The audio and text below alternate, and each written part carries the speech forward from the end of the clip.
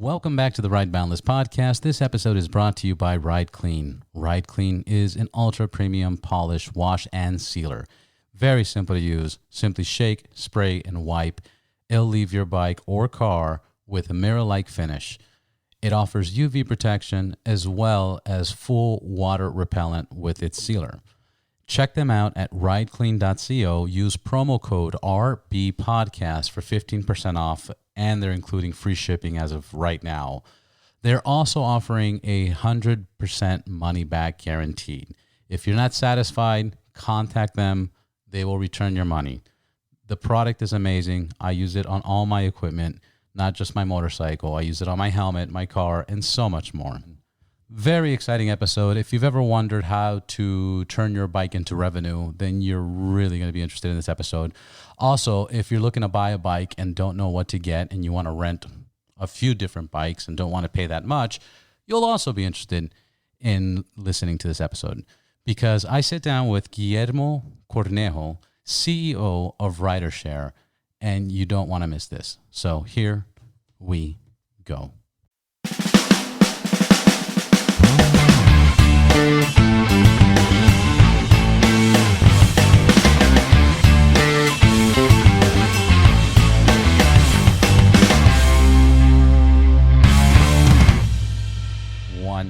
Guillermo, welcome to the Ride Boundless podcast. Thank you for being here. How are you doing today?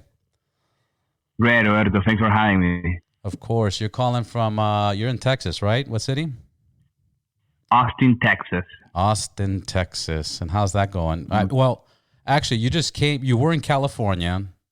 Where are you originally from? And tell me how you got to Austin. I'm originally, I was born in El Paso, Texas, but I grew up in Peru. And then I moved back to the United States for college in Fort Worth, Texas. Then I lived in LA for like 6 years.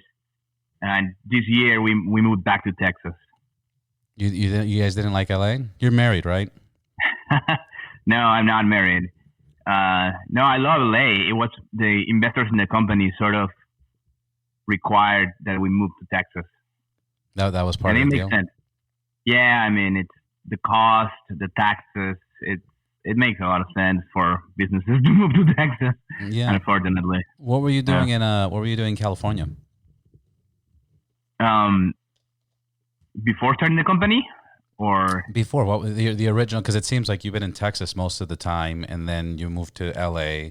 What were you doing for 6 years? I mean, I know you started the company roughly out here, but what was the main idea? Well, I started a company before I moved to LA in Texas, and I quickly realized that LA was the largest market for motorcycle rentals. So that's why I moved to LA. But I held a job like the first 3 to 4 years that I did this. And I worked in the auto industry for like 7 years with GM, Nissan, and Hyundai. And so most recently, I was with Hyundai Capital in Orange County. Yeah. What were you doing for the automobile industry? Data analytics of all kinds, from forecasting used car values in 3 years to optimizing a call center. Like I've been in every aspect of the car industry. Interesting. Yeah, most people in the motorcycle have some kind of automobile industry. How did you get into similar? How did you get into motorcycles, and what are you riding? I got into motorcycles because my dad gave me a ride as a teenager on his BMW GS, the off-roading ones. Yeah. And it was so much fun, right? How old are you? I was like 14 years old. Yeah. But of course, he wouldn't let me ride them ever. And ever. I mean, once I turned 23 years old, I had recently broken up with a girlfriend. So I had a lot of disposable income. Yeah. And so that's when I got back into motorcycles, and we started with a Ninja 250 and promptly crashed it, at 80 miles per hour within 2 months of buying it. Yeesh. That's everybody. Everybody does that. That's normal. Well, what happened? What happened in the accident? I was just a beginner, and it was a a curve like on the highway, and I was pushing that 250 engine to the max, and I was really hungover, and there it is. And yeah, I entered a corner too fast, and but actually, I wasn't really going too fast. I was just an amateur. I was too afraid of leaning, and you ran out of road. I ran out of road, and I didn't hit anything. I just just went off, and what was it, like dirt or a hill or something? The side of the highway. It was just the side of the highway, so just pure dirt. So, yeah, I just rolled over like 20 feet and then got up, and I'm alive. And it was the best feeling in the world, being alive. I bet you sobered up real quick. I mean, I was sober. I was just hangover, right? Yeah. But and then my watch got stuck with the pavement, and on its way out, it broke my hand. And so I had. Oh, wow. Yeah, so I had hospital bills and all this stuff. I was super broke at the time. So you slid off, and the gravel grabbed onto your watch, and it twisted like la muñeca, your wrist. Yeah, and well, it on its way out, it just shattered my hand right into. Oof.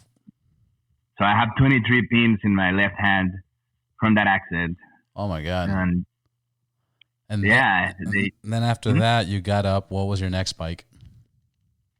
Then after that, I didn't want to buy a bike because after I didn't use it that often, and shit, it's so expensive to crash this thing. Yeah. And so I looked into renting instead, and that's when I came across the idea of starting rideshare. Like that. So you bought one bike, you got into an accident, and then you said, I'm starting a company. Well, I did like 6 months of research first, and I had the background in the auto industry to sort of guide me, right? Like, why does renting a motorcycle cost $200 a day when renting a car costs like $30 a day, right? And cars are more expensive than motorcycles. So obviously, one thing that comes to mind is insurance. Like motorcycles crash more often. Yeah. But you and I, you and I both have a personal insurance policy for motorcycles, and it's less expensive than the car policy, right? Yeah. So that can be a reason. And so I figured that the main reason is the seasonality. Like people don't rent bikes during the winter, so motorcycles are very underutilized compared to car rentals. So for them to make money, they have to charge really high prices. You're like, like $100, $200 a day to be able to break even over the course of 2 years. Yeah. But if you do the peer-to-peer model, an individual, Airbnb style, depreciation is a sunk cost. That motorcycle is going to depreciate regardless of, if you put 300 extra miles, it's going to barely make any difference on the value of that motorcycle. So, yeah, by using the peer-to-peer rental model, we have the potential to cut the cost of renting a motorcycle by 60%. We haven't achieved the full potential, but we're working on it. You guys are working on it. Guillermo, for the sake of the listeners, how would you introduce yourself? My name is Guillermo Cornejo, and I'm the founder of Rideshare, which is kind of like an Airbnb, but for renting motorcycles. And so basically, people lease their bike for rent, and we find people that want to rent them. We vet them. We check that they have a motorcycle license. We provide insurance, roadside assistance. We make it financially safe, and then connect people with each other. What's your Instagram and website? The website is riders-share.com, and the Instagram is riders-share with 2 S's in the middle. Okay. Terrible name, I know. But it makes the point. So you're like a Airbnb or like a Toro, and people actually, and I'm going to try this towards the end of it because I want to list one of my bikes or maybe both of the bikes, but you're going to walk me through it towards the end. Okay. All right. So Rideshare is who's it for? I mean, is it for people that don't ride their bikes, people that do ride their bikes? I mean, who are you targeting? How are you getting clients? What's your most successful bikes getting rented, etc.?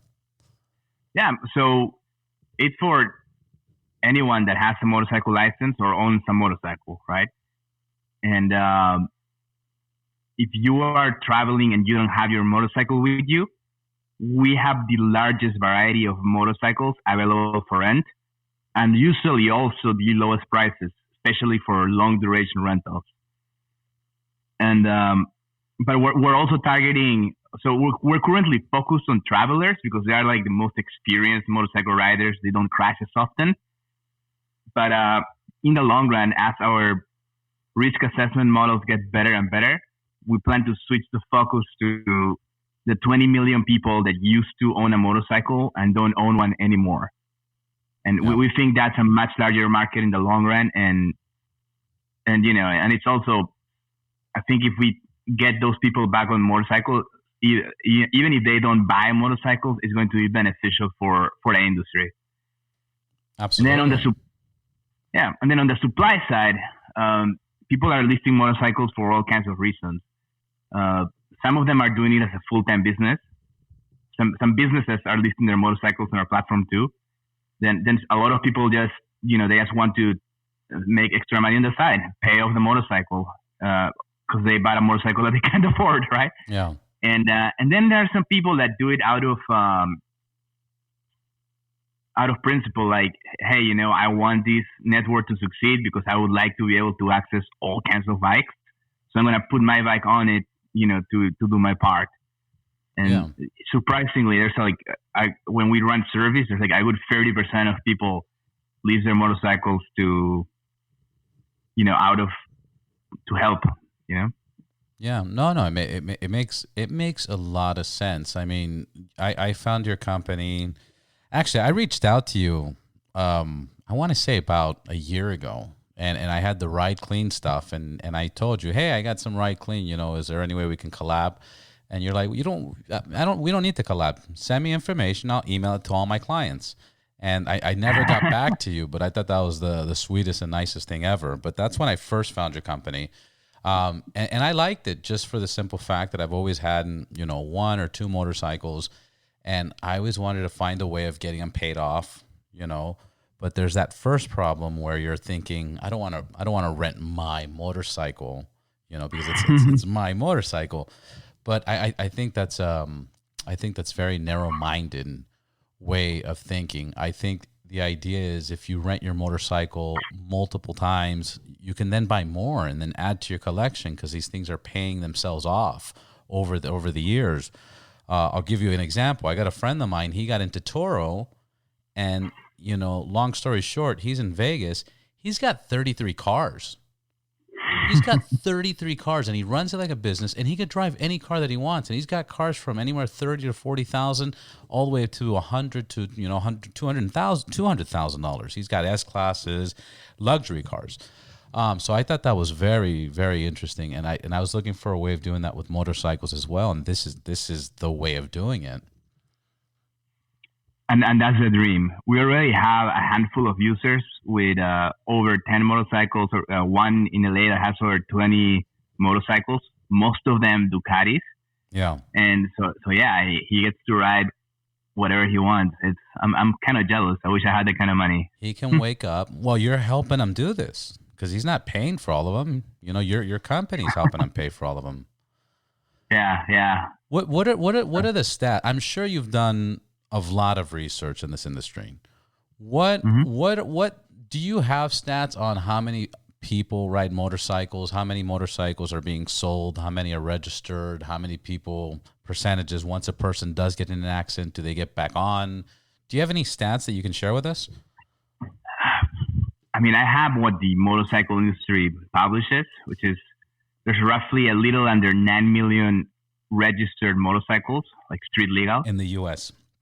In the U.S. 9 million and what were 320 million? Yeah. That's crazy.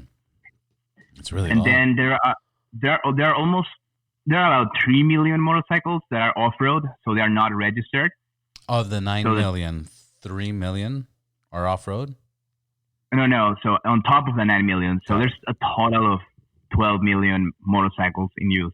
Registered overall or sales?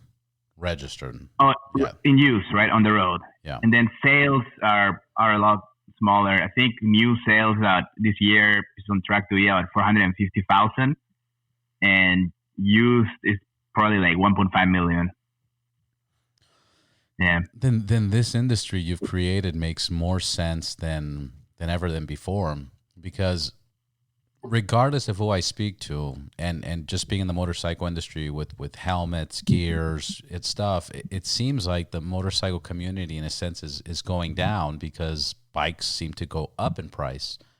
So you are giving people a great option, especially since we're a shared economy. Right, and that was the theory when we started this. So the average motorcycle gets about 3,000 miles per year. And so that ends up being roughly 50 trips per year. And, I guess it depends on how long the trips are. Yeah. And but basically people are using their bikes, once a week. And if you do the math, the insurance costs, the monthly payments, maintenance, tires, it ends up costing close to $200 per trip to own a motorcycle, right? I'm guessing on Harleys it'd be a lot more. Well, yeah, that's the average. So Harley is probably a little bit higher. Well, plus the customization, plus the paint, plus the bars, plus the cables, the pipe. It adds up. And if you break it down, cost per ride, you're right, it's going to be extremely high. Exactly. And so for millennials, what I saw in the car industry was that the biggest reason why millennials were not buying cars, well, it wasn't Uber or Lyft, it was money. And so compared to baby boomers, we're just making less money on average, right? We have less disposable income and more student loans. But if you look at millennials that are actually making money or the same or more money as baby boomers, they're also buying more cars, right? Yeah. So it's not that people lost an appetite for cars; it's just people just can't fucking afford them.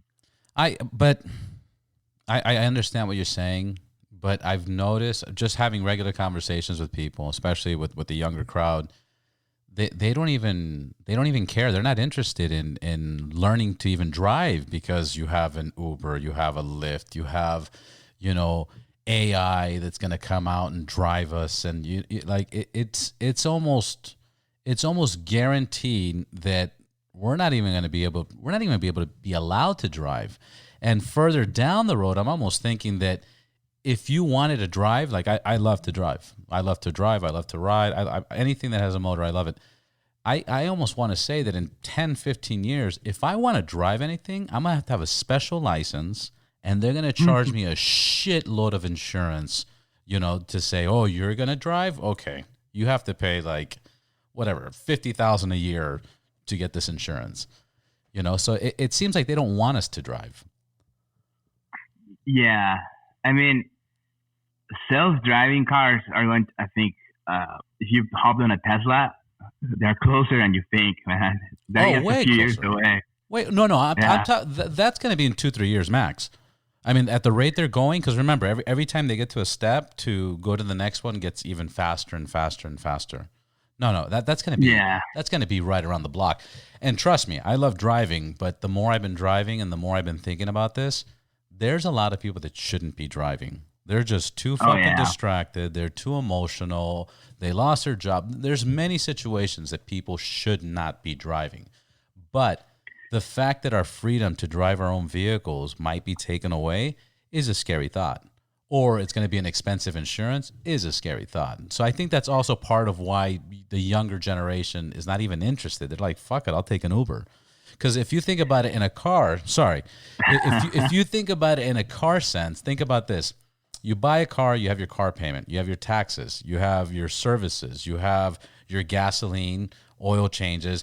If you get a ticket, you got to pay for parking, you got to pay for valet. It adds up so much. Or jump on an Uber, spend $30, a day max. And I know people can do that less, and that's it. Yeah, I mean, to be honest, what we saw in the auto industry was like it was just a cost thing. The minute those millennials started to make money, they're buying cars like like crazy. They're buying better and nicer cars than their parents, right? But hey, but you're right. There's a lot of people that are quitting, especially in big cities, because of all the reasons. Now, where I disagree with you is on the insurance piece. Self-driving cars are going to make motorcycles popular again. Explain. A lot of people have this perception that, oh no, it's not about me. I'm a safe driver, but cars on the road are going to kill me if I get on a motorcycle, right? Right. It's not me. It's the people around me. Right. The self-driving technology is really helpful to prevent that from happening.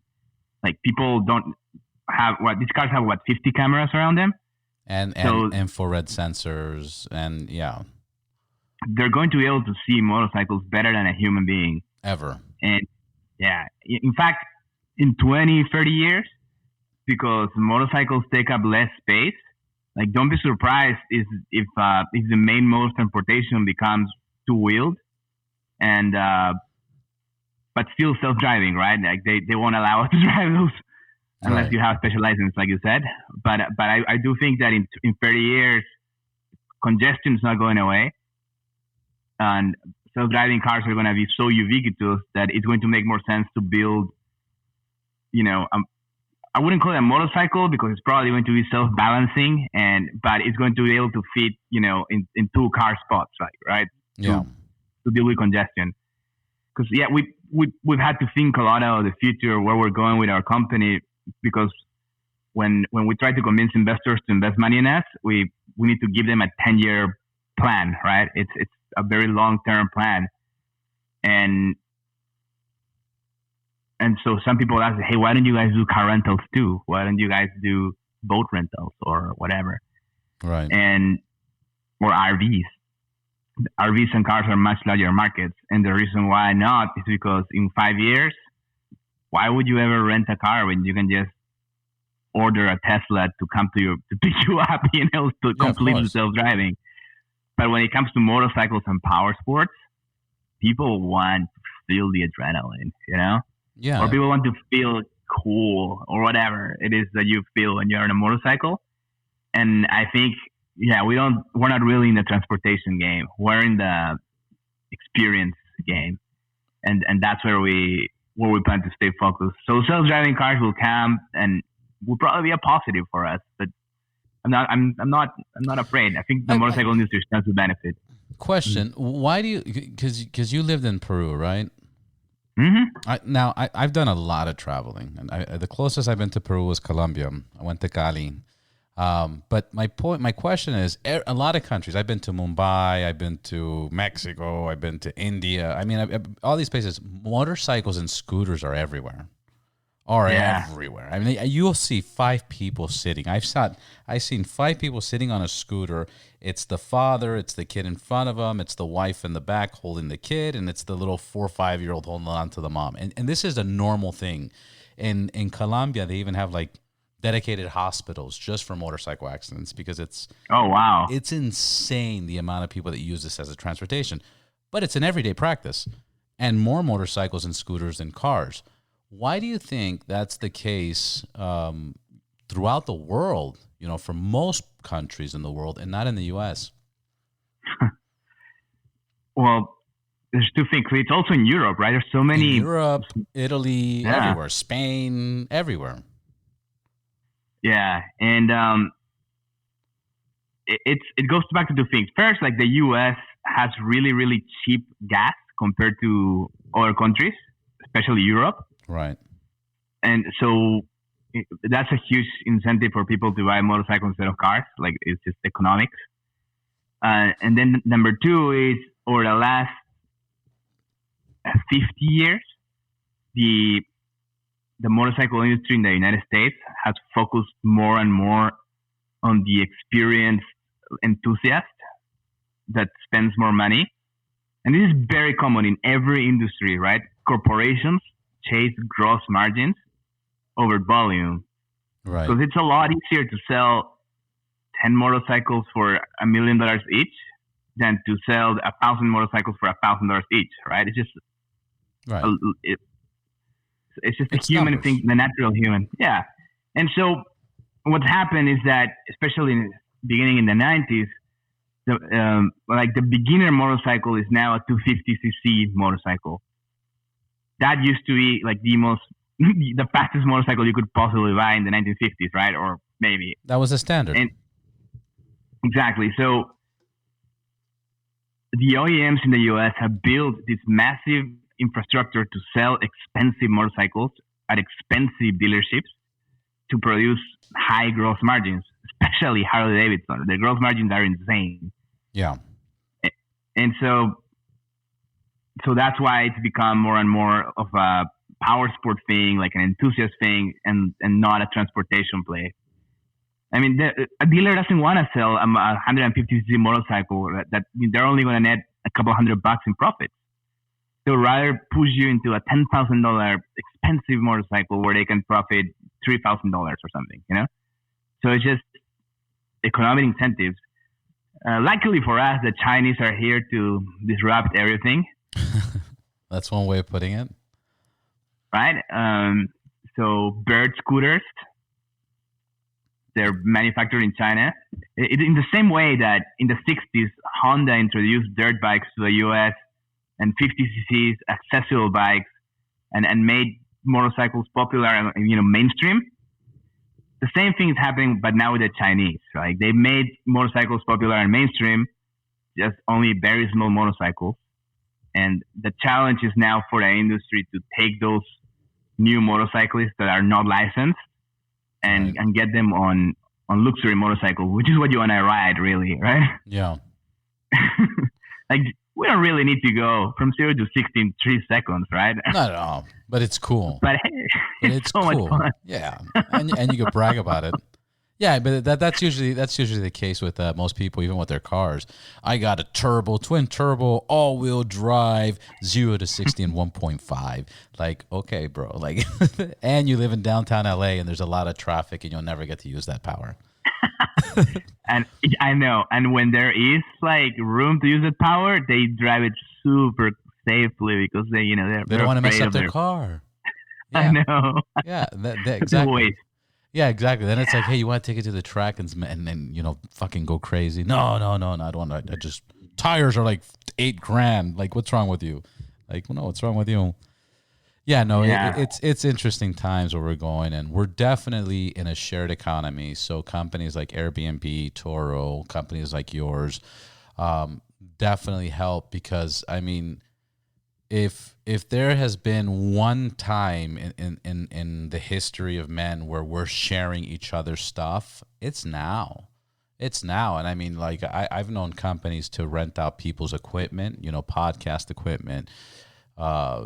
If you're in a band, you can rent guitars. A lot of bands don't even, back in the days, they used to take their own equipment. Now they just go and say, hey, we need 4 guitars, we need 2 acoustic, set of drums, and that's it. So we're definitely in a shared economy. So what you're doing is really, really, really smart. I really like it. Thanks. It's also really, really challenging with motorcycles. That's why we were the first, at least in the peer-to-peer space, right? Yeah. But yeah, it's we've solved the insurance piece, and now we're switching our gears to focus on the how do we convince people to stop playing video games and get outside and have fun. Yeah. Or do you guys have an app? We're working on it, yeah. And it's a debate because we could spend the money to develop an app, or we could spend that money on advertising instead. On marketing. Yeah, it's tricky. And yeah, because you would almost have to make an app that's kind of like a game. It logs your miles, how many miles you rode, or how far, or little, for example, like. And again, we're just talking here, but let's say you get an app, right? And I rent the motorcycle, and now I'm in Los Angeles. I pick up the bike, and the bike says, "Okay, you rent it for 3 days. If you go to these 3 locations, the Rock Store, this, that, you get bonus stars or some shit, whatever, a little prize." And like that becomes the game. You know, oh shit, I got to rent a bike this weekend because I got to get my medals. Dude, so you're talking about gamifying. That's the vision. Or like a reward system. It's a lot harder to do than I know. yeah. I know. It just sounds cool. It just sounds cool.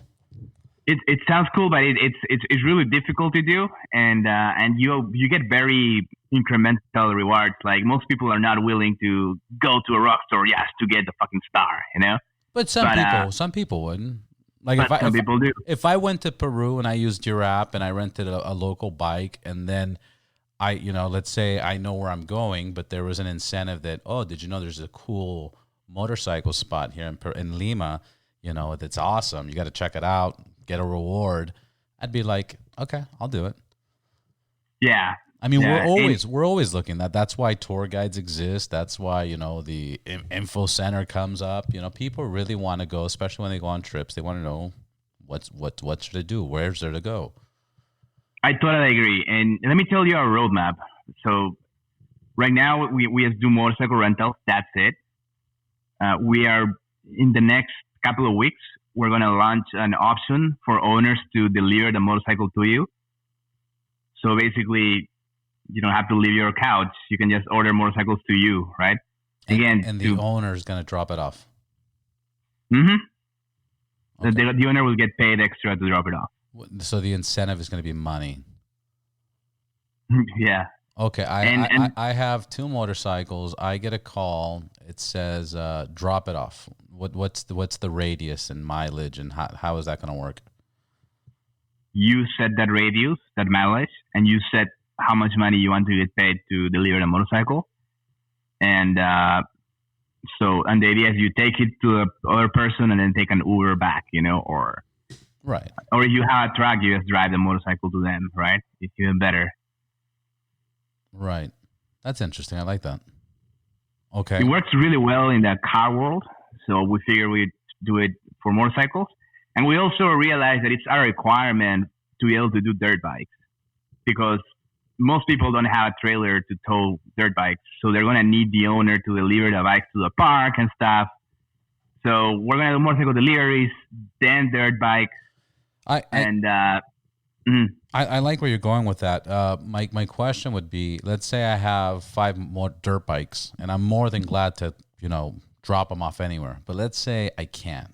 Let's say I can't drop off my dirt bikes. Are you guys going to offer an alternative? Like, somebody has rider share and they're down the street and they have trailers. Like, will it pop up like, hey, do you want to drop off? Or you guys haven't thought about that yet?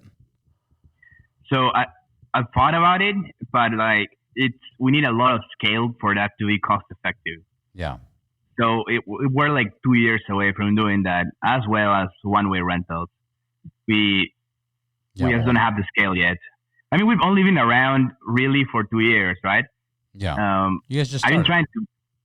Yeah. I mean, I put up a website in 2014 saying I'm going to do this. So I've been trying to make it happen for 6 years now.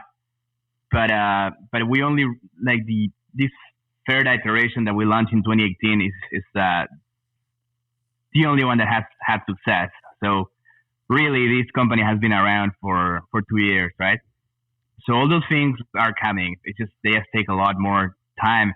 The reason why I'm so willing to promote your business is because having started my own, I understand how difficult it is. Yeah. So I was like, yeah, man, whatever I can help, I'll have to help. But and that offer still stands, by the way. I appreciate that.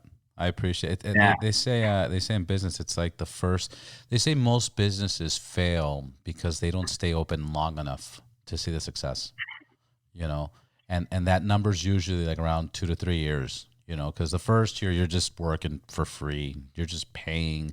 Second, same. Third, now they hear about you. And then there's just there's a moment where it just starts picking up and people, because you're being consistent with it.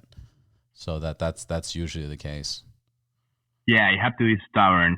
There's no such thing as overnight success, right? There isn't. There isn't. Yeah. And people will confuse like, oh, I worked this for 5 years and that time went like this and it was overnight. But it there was a lot of work, a lot of energy, a lot of things put into it. What stage are you in? Yeah. You're fully operational right now. Like what can we do right now? with your website. You can go to and rent a motorcycle almost anywhere in the United States. Okay. And there's like 2,000 different motorcycles to choose from. So we have a lot of variety. Can I ask you? Can I ask you how many bikes you have registered on the site right now for the U.S.? At this very moment, active, I don't know, because they're always going up and down. Yeah. And I haven't checked it. But cumulatively, we've had over 12,000 motorcycles listed for rent on the platform. That's congratulations. That's awesome. That's amazing. Thanks. That's a lot. Crazy, right? Yeah. Yeah. That's crazy. That's insane. And then how many people registered renting right now? People that have rented, it's like 20,000 people that have rented motorcycles, and 60,000 people that have created accounts. That's amazing. Those are great numbers. Do you have any success stories of like people that've been renting and, you know, like, oh man, I love your service, or, you know, or this was hard, or any feedback? I mean, all kinds of feedback, but the one that really struck the most, there was this dude that lived in Colorado, and he hadn't seen his dad in like 10 years since his parents got divorced.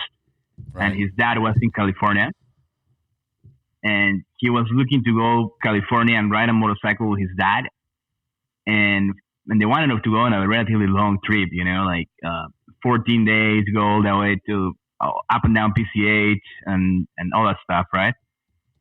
And he could not afford it. Yeah. But then he found a great deal on our website. He found a BMW for like a GS 1250, like the really big ones, adventure bikes, for just $80 a day. Yeah. And so he was able to go on that trip and have fun. And he sent these long ass emails like, "Thank you guys so much. You made this experience of a lifetime happen. And like, I'm so grateful. I'm gonna tell all my friends about this and blah." We get those kinds of emails all the time, and it's really gratifying because damn, getting this off the ground is so hard. Oh, like I have been working nonstop for 5 years, dude. It's just, yeah. And then on the supply side, we have like there's this guy called David. He's in Beverly Hills. Yeah. He started with one Ducati Monster. And if you search LA, most of the top results are his motorcycles. And then you can click on his name and you can see the size of his fleet. I don't know how many bikes he has now. Last time I checked, he had over 20. And he had like Ducatis, BMWs, Aprilias. Oh my, it's just. And they get rented all the time. Yeah. So David in particular, because he's part of a big riding community there, of like Russian riders. Right. So you know, they're all his friends. So a lot of them that quit riding motorcycles are renting his. And so, you know, so part of his success is that he put in a lot of work. And now he has hired a full-time mechanic to basically to repair the bikes every time there's damage. So he makes more money from that too. You know, every time there's an accident, he makes money. And yeah, I mean, I wish we had more Davids. We're going to. It's just COVID really slowed us down. I was going to ask you how has COVID affected this? Because I get every guest that I've had on this podcast so far says the only good thing about COVID is more motorcycle riding. You know? Yeah, I know, right? Social distancing, you know. Seriously. Yeah, no, it was really bad. Like we basically are doing 1/5 of the volume that we were doing before COVID, right? Or like that we expected to do before COVID. And so we're still growing compared to last year, but it's only because we're gaining market share, right? Only because we're moving up Google rankings and whatever. But we're not really advertising, because every time we advertise, it's you know, nobody books a motorcycle. And foreigners, they're usually really good customers. They book bikes for very long long trips and spend a lot of money. And that market, travel to Europe, and from Europe is banned. So it's been really tough. But at least we're lucky that we don't own any motorcycles or any infrastructure. So all we need to do is sit tight and weather the storm and continue to grow in 2021.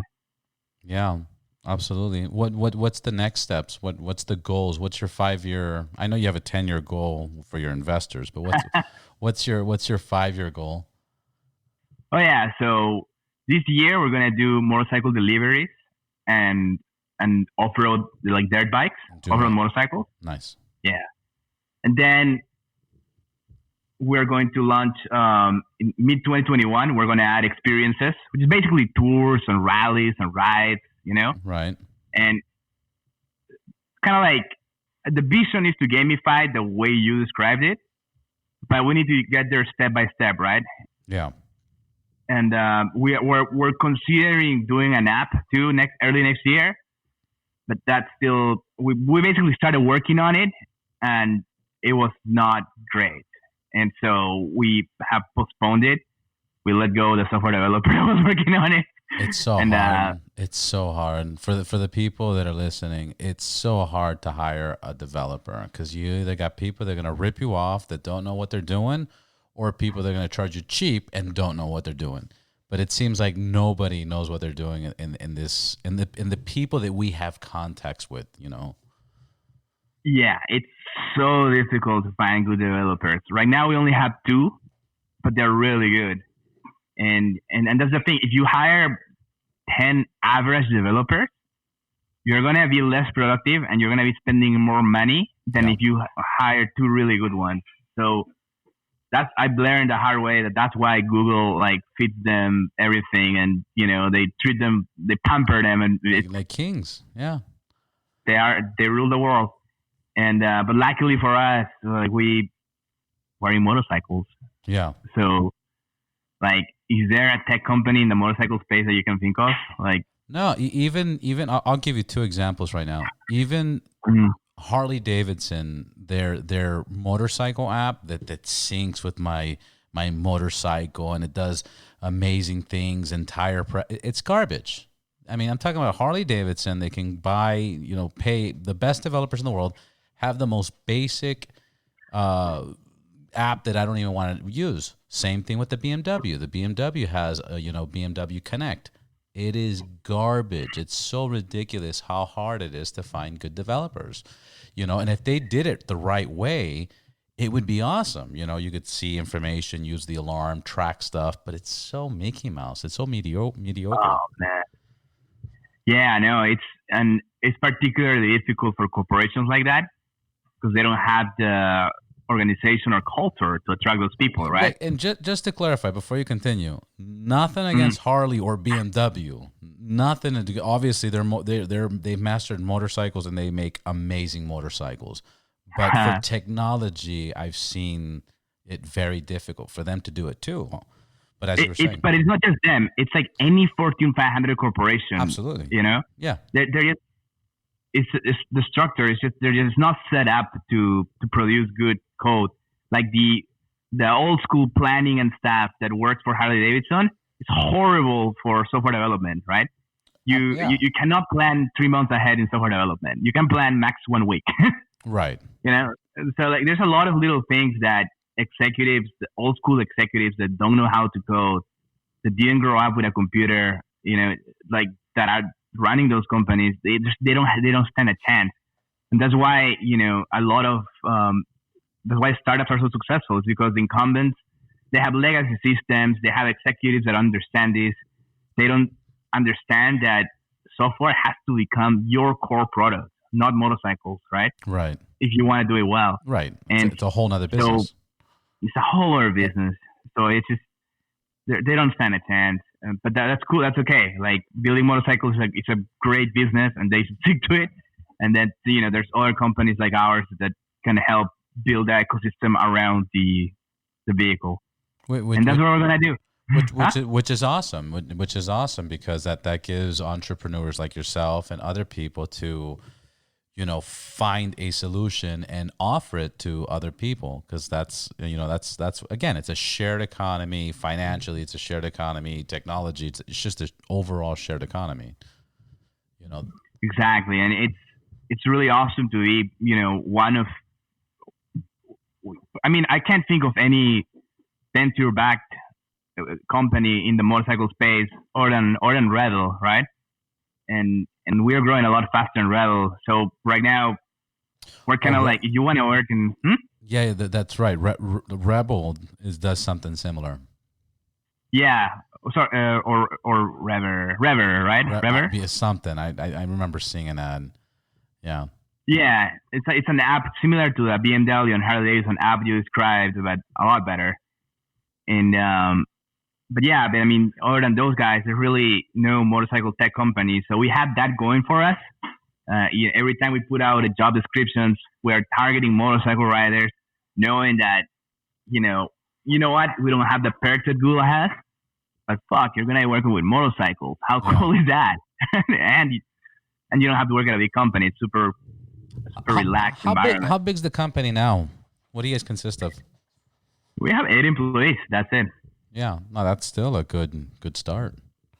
That's still a great start. That's a good size.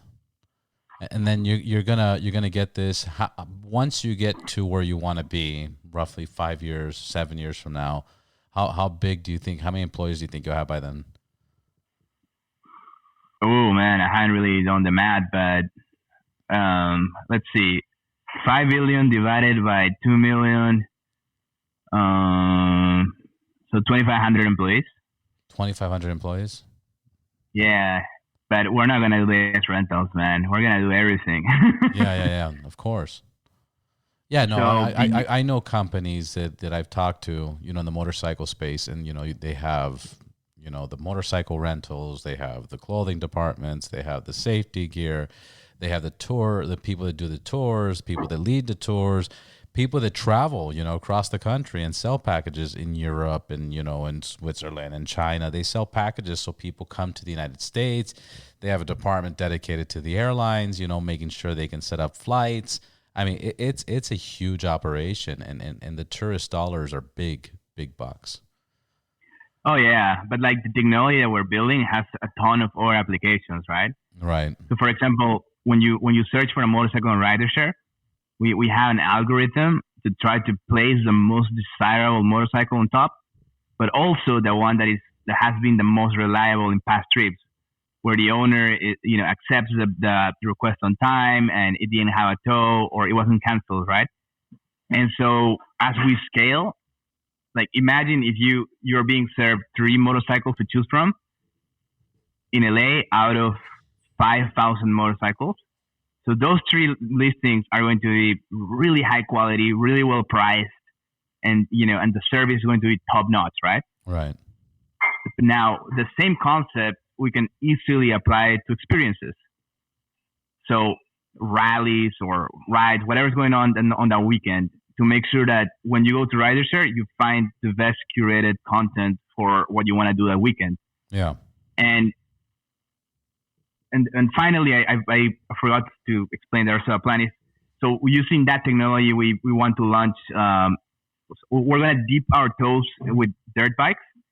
And based on how that goes, if it goes well, we will expand into the rest of off-road power sports like ATVs, snowmobiles, and whatnot. Again, because it's also really helpful. There's a lot of overlap between people that ride motorcycles and people that like power sports. So why not? Of course.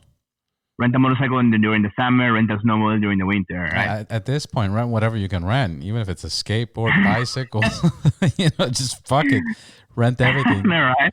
Just why not? Yeah. I mean, think about it. There's companies like Bird, that rent scooters. That's all they rent. And I'm sure when they pitched that idea, it was like, what? You're going to leave scooters out in the street and people can grab them and other people are going to, what the fuck are you saying? It makes no sense.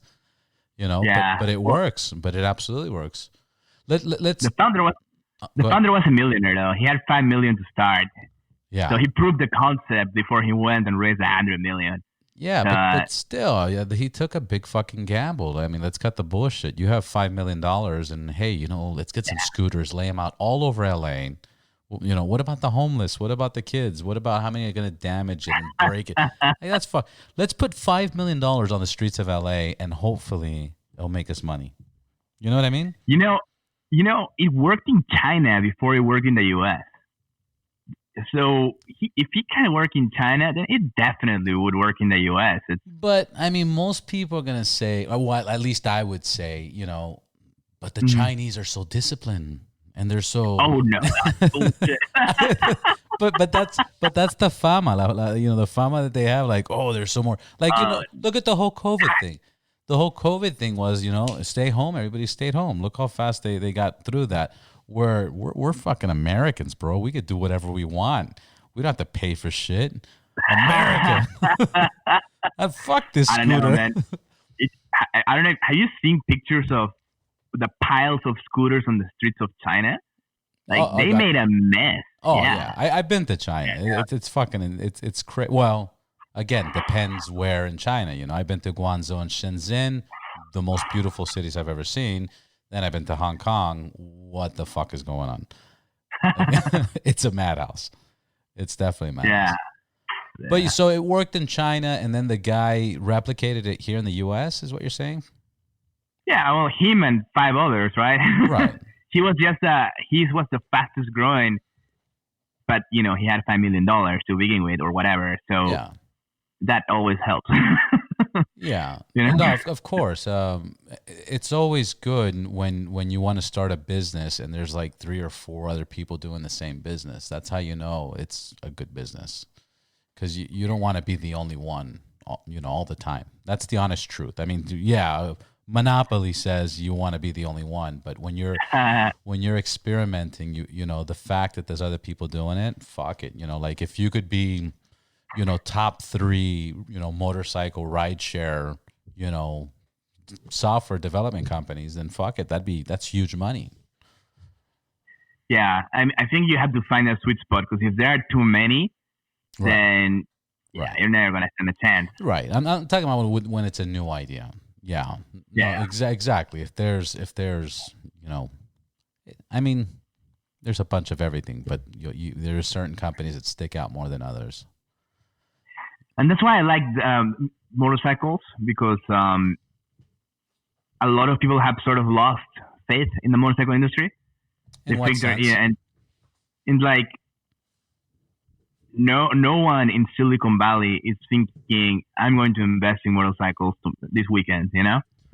Like most people, they read the news, they don't actually look at the underlying drivers, and they make the very quick judgment decisions, and then just write off the industry, right? And that's good. That means but that means if you look close enough, I think you can find there's a ton of opportunity in this industry, and I'm gonna go take it. No, absolutely. Whoever doesn't take advantage of the motorcycle industry is crazy, because I don't think there's anybody more loyal to an industry than motorcyclists. And regardless of what you ride, whatever you ride, you're going to buy the helmets. You're going to be loyal to the dealership. You're going to be loyal to the equipment. You got people saying, oh, this is the best helmet. No, this is the best helmet. They're loyal. It's awesomeness. So there's definitely room to grow. Yeah. And so right now we're focused on expanding the product, adding experiences, tours, off-road, an app, and that's for the next 2 years. A lot, yeah. It's a lot, but we can do it. We're almost done with the core rental product, and at some point we're gonna start playing the same game. Like how Facebook and Netflix they measure the dopamine reception of people to see what they can do to get them to be more engaged, and people end up browsing 4 hours on their phones and stuff, right? Right. We have advisors from big companies like that, like Airbnb, Outdoorsy, you name it. So they are telling us what those techniques are. For example, the search engine algorithm like it's we didn't invent it. It was completely borrowed from another company. And so our plan is to use those same techniques to get people off their screens and into motorcycles and power sports and fun. And if that means we need to organize a date on a motorcycle with a stranger, and advertise it on Tinder, then so be it. So be it. Yeah, of course. I also think that we sooner or later we're gonna have to uh, get get motorcycle training, make motorcycle training more accessible to people. We're getting thousands of users every month that don't have a motorcycle license and don't know where to get it. Yeah, it's that's a big problem.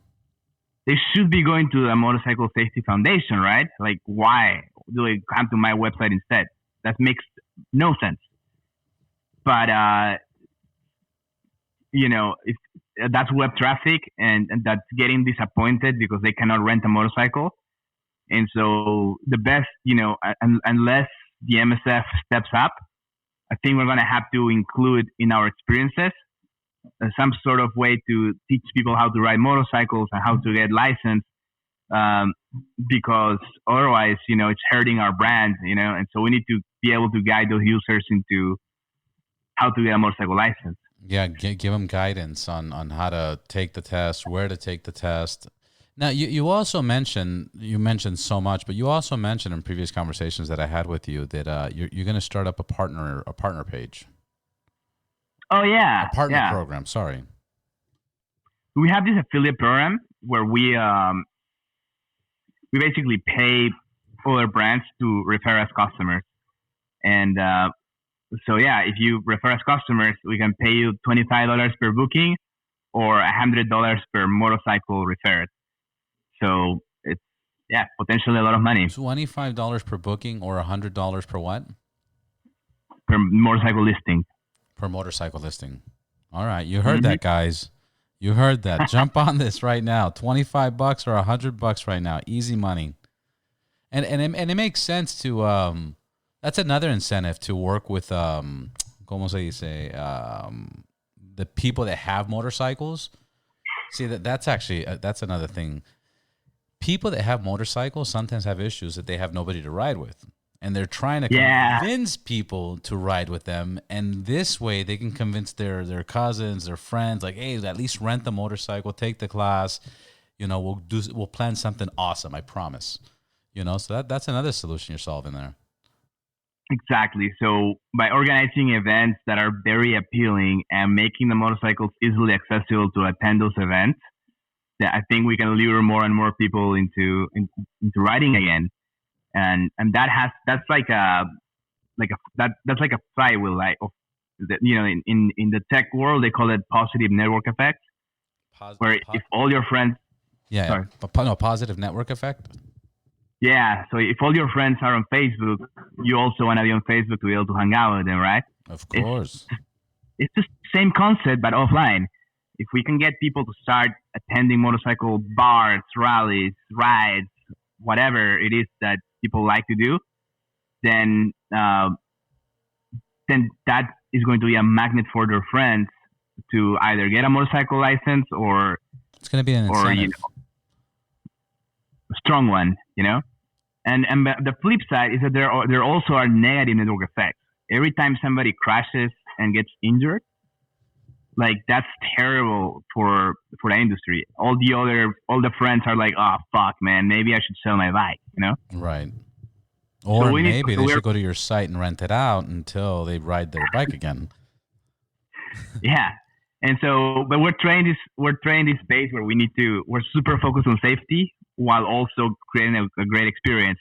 It's really tricky, especially for advertising, right? We don't want to advertise wheelies, or we don't want to advertise stupid shit. Right. So we need to advertise a fun, awesome experience, but still safe. And then we need to vet riders to make sure that they're not going to be doing crazy stuff, and warn them that if you do crazy stuff or damage the bike, you're going to pay a small penalty at a minimum. And so, that's the goal. We need to get more people riding motorcycles and other, anything that's not a screen.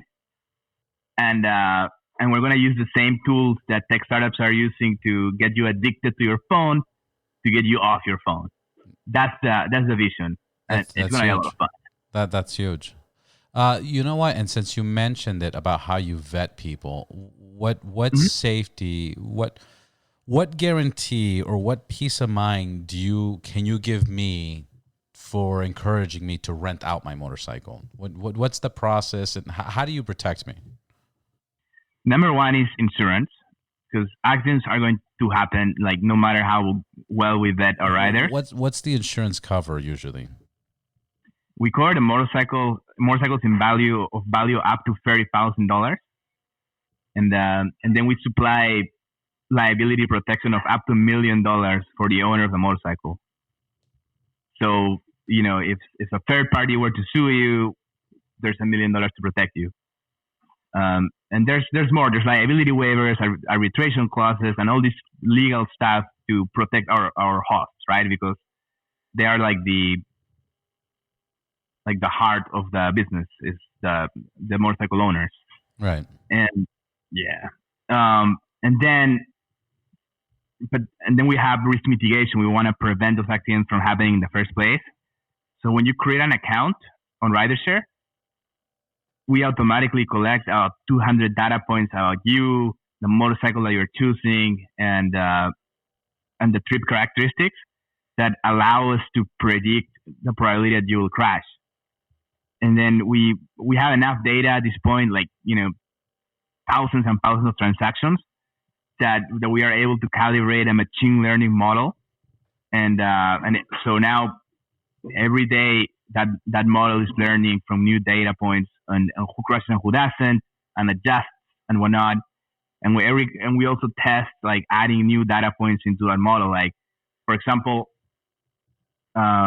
credit scores and background checks. Turns out they don't have a lot of predictive power, but credit scores do.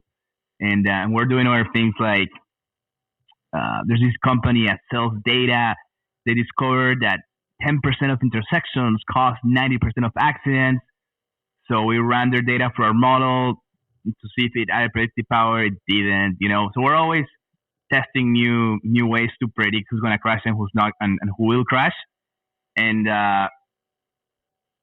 this is another potential company on its own, right? Right. We're basically doing usage-based insurance, right? You're going to use the bike for 3 days, you pay X amount of insurance, and we protect you. And so we're exploring a partnership with this other company called Roamly to start selling usage-based insurance policies and save people money on motorcycle insurance. And that's helpful too. Yeah, and I would love to do that in-house, be the insurance company, but we need more scale, we need more money. We're not there yet. Yeah, so there's a lot of technology in the website. It doesn't look like it. It looks like any other website, but there's a lot happening in the background to make the transaction safe and to make sure that you get a motorcycle that works. By the way, I'm looking at the website right now. It's a very beautiful looking website. Very beautiful.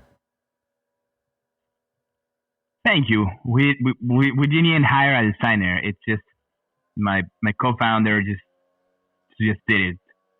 He's brilliant. No, it's clean. It's straight to the point. It shows all the cities.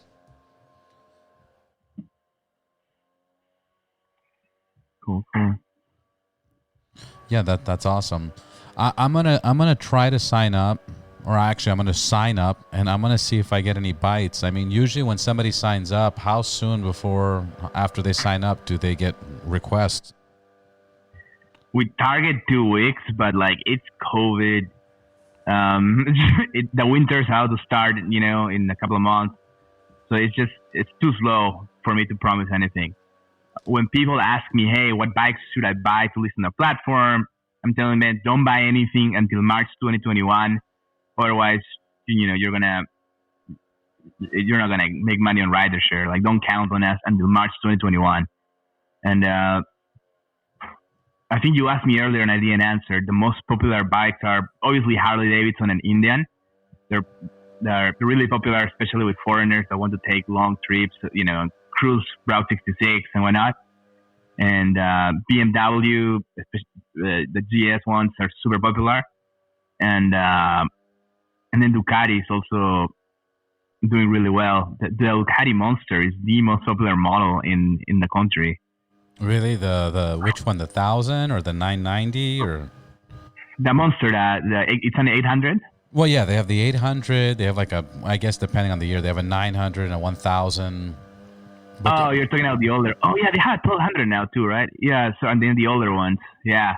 No, the 800, the 821 is the most popular one, surprisingly. And people don't search for Ducati, but they find, oh my God, there's a Ducati and it's only $70 a day. I was gonna ask, how much is it? So it's $70 a day to rent the Ducati Monster. Monster usually.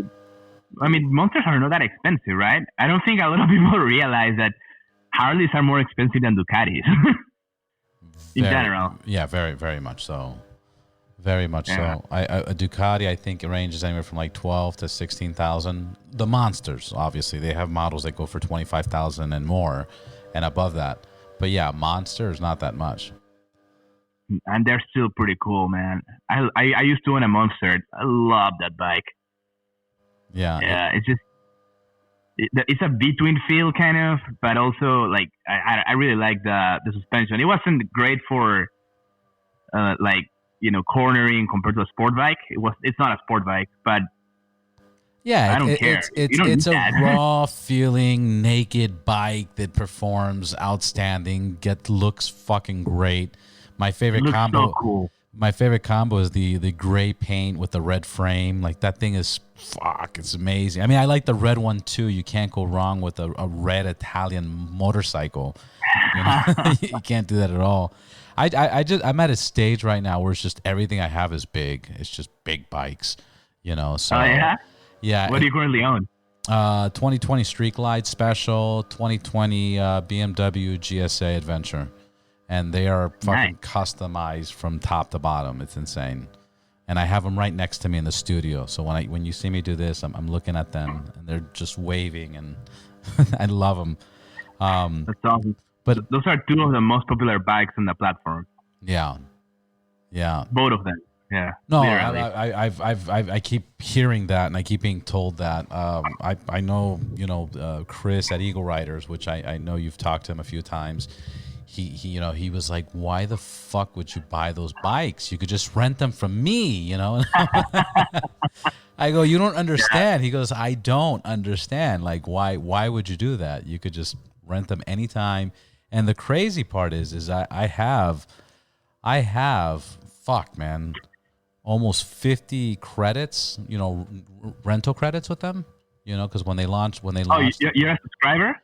Oh, I was the first one. I Really? I helped them launch it. Like I had the idea, but then I guess they had the idea, but they let it slip, and I don't know what the communication was. But long story short was, I helped them launch it, and when they launched it, like I literally have, 40 something credits from day one that they started it, which is interesting because now they have different programs, but. And it's so cheap monthly that, I just keep it, regardless, even though I have two motorcycles, and I probably won't use it anytime soon unless if I'm traveling. But it's so cheap that it just makes sense. If that.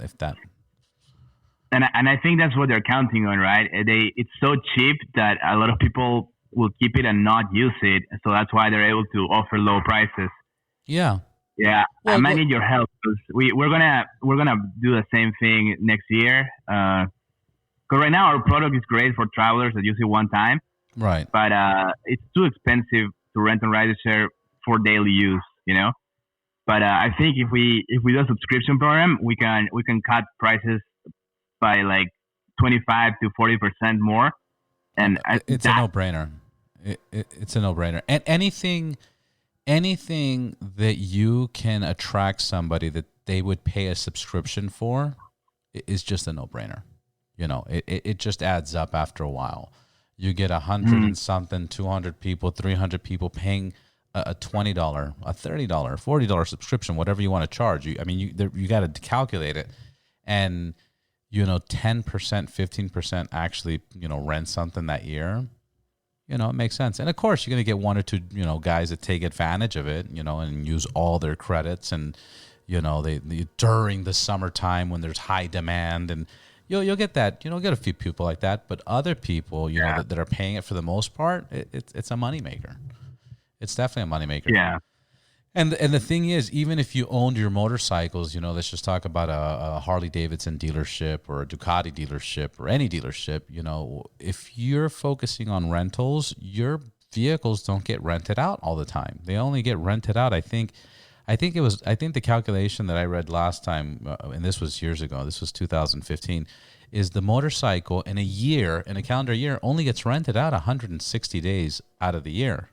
So the rest of the time, it's just fucking sitting, collecting dust, So how do you recover that?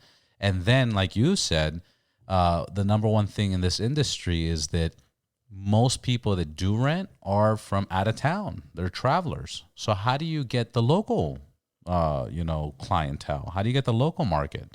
So you gotta offer something attractive for them to say, well, fuck, I'll sign up. That's cheap. That's cheaper than Netflix, or that's cheaper than this. And, oh, shit, it's been 6 months. I got 6-7 credits. Fuck, I'll take a bike out for I got an email. There's a trip going to Lake Arrowhead. Fuck yeah, let's go to Lake, that's what you're offering. You're offering a convenience. That's it. Yeah. A question. Yeah. Do you have to have a helmet and jacket and gloves to rent your bikes out? You don't have to. So owners have the option to rent out gear separately. That's cool. And if the owner doesn't rent out gear, we also have a partnership with an LA company called VKTRE, and I think for $25 or $50, I don't remember, they'll ship you a helmet or a leather jacket. They're really nice too. So that's very cool. Most people that rent that jacket or that helmet end up buying it. So that's how they make money. They don't make money on rentals, but they make money because they know someone's going to buy that freaking helmet. Yeah, of course. That's usually the case. And people are going to take pictures with it and post it on their social media and promote the fuck out of it. Exactly. Yeah. Well, Guillermo, we did an hour and 10 minutes. That's fucking awesome. I want to say thank you for your time. Once again, where can we contact you? Where can we get a hold of you? Yeah, the website is riders-share.com, riders-share.com. And you have my email address. I have your email address. What's your Instagram and social media? Where can everybody find you once more? Our Instagram is riders-share, one word. Same for our Facebook page and Twitter and Pinterest and Snapchat and all the other platforms. Okay, and then then before I let you go, like I said, I'm gonna go to the site. I'm here now.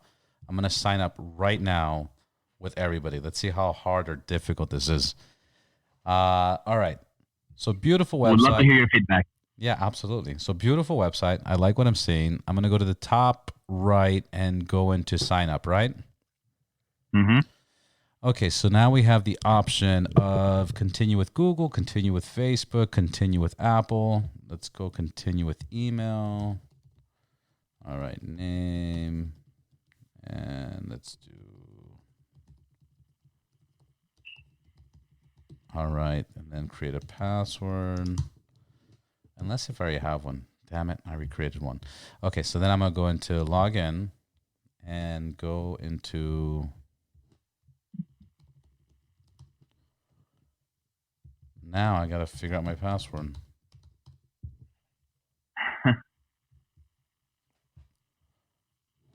Okay. And then once I'm in, what's going to be the next process as I'm logging in? Once you're in, to rent a motorcycle, you need to verify that you have a motorcycle endorsement on your license. So once you're in, it will prompt you to send a text message to your phone so you can take a picture of your motorcycle license. Okay, and then I could do that. I can also do this through my app, my phone, right? But you can start on your desktop, and then it will guide you towards your phone. Just do it. Okay. No, Mhm. I just created a login and I can't remember it. So, Yeah, man, that's why we have those buttons, right? It's just a lot easier if you click Gmail uh, and just remember. Okay, so now I'm in. Welcome to Rider Share. Okay, so now rent the bike or list your bike. What should I do? rent a bike. All right, let's rent the bike. Uh, find a ride. All right, this is nice. So okay. Oh, and then you have price points all over the place. All right, Ducati Monster, $80 a day, Los Angeles, 31. You got the seat heights, you got the stats. All right, let me get the Monster since we were talking about this. All right, so boom, boom, boom, boom. All right, September 23rd. Let's say Saturday. I'll pick it up at 10 a.m. All right, let's go here. And then the more days you rent it out, um, the more affordable it gets, right? Correct. Um, we we allow users to give discounts for longer term rentals, and also damage waivers are a lot lower cost for longer duration rentals. Now here it says gear. The gear they're offering here, that's what this owner's offering, right? Correct. So And if you GoPro scroll Hero down, 7, blah blah blah, handle bags, saddle bags, backpack. yeah, and if you scroll down, you will see the VKTRE partnership. But I think VKTRE is usually a little bit more expensive than what owners have to offer, and we set it up that way because we didn't want them to compete with each other. We want VKTRE to be like the expensive option, so owners can make most of the profit. Okay, now I'm verifying my phone number and I think I'd be ready to go. That's very easy. That's very easy. And now if I want to list a bike, I could just list the bike. Yeah, to rent a bike, you need to take pictures of your motorcycle license. Yeah, It's a lot of fun. it just verified my phone number. So then I guess I got to go upload everything else through there. Okay, what I'm going to do is I'm definitely going to put one of two of my bikes for rent on your site. Awesome. And I guarantee you, I have the baddest BMW GSA in LA. This thing's gonna get booked every day. Watch. We have a lot of those, man. I actually think you'll do better with your Harley. Yeah. Yeah, but there's so much. So The Harley's personal, bro. Hey, take it easy. You think really the Harley would be faster? Yeah, because we also don't have very many of those, especially road glides that are brand new. Yeah, it's So hard. Street glide. yeah, you can probably command a really high price. I mean, I'm talking 140, 150 a day if you wanted to. Yeah. On BMWs, if you search on the website, you'll find there's some competition. There's a lot of them. At least in LA, right? It varies by market. Right. It all depends on the market and the season and stuff. Well, the good thing about LA is we only have 11, 12 months of riding weather. Exactly. So it's all the time. All year round. Yeah, it's so lucky. Brother, I got to say, congratulations. The site works flawlessly. It's very simple to use. I think this is an awesome thing that you started. I can't wait to check back with you and see what happens and see how big you've gotten.